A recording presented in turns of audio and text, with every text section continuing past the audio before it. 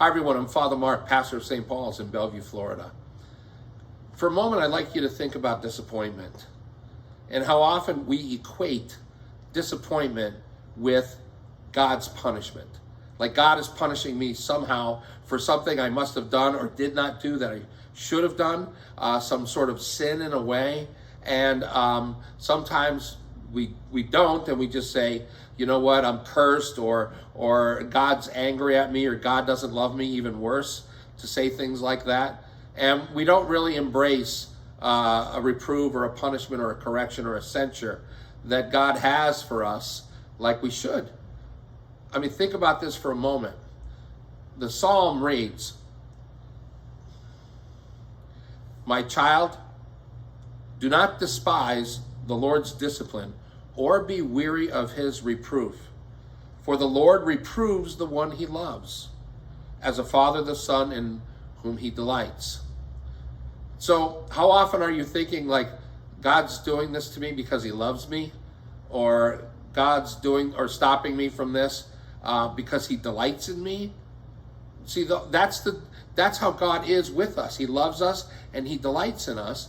But sometimes we need to be stopped in our actions, or we need to be started in our inactions.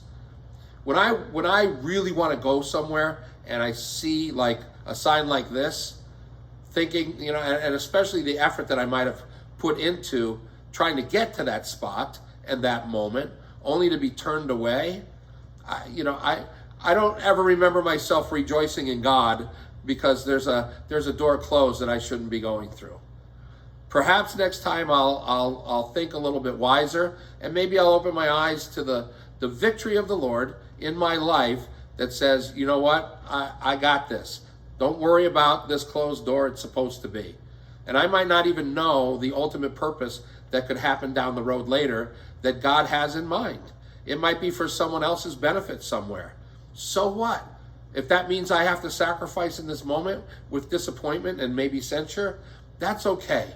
Because God is truly in control, and I trust in him this way. And my prayer, if it truly is, thy will be done, well, then I have to accept such things in my life and realize that God still loves me and he delights in me and you. Amen.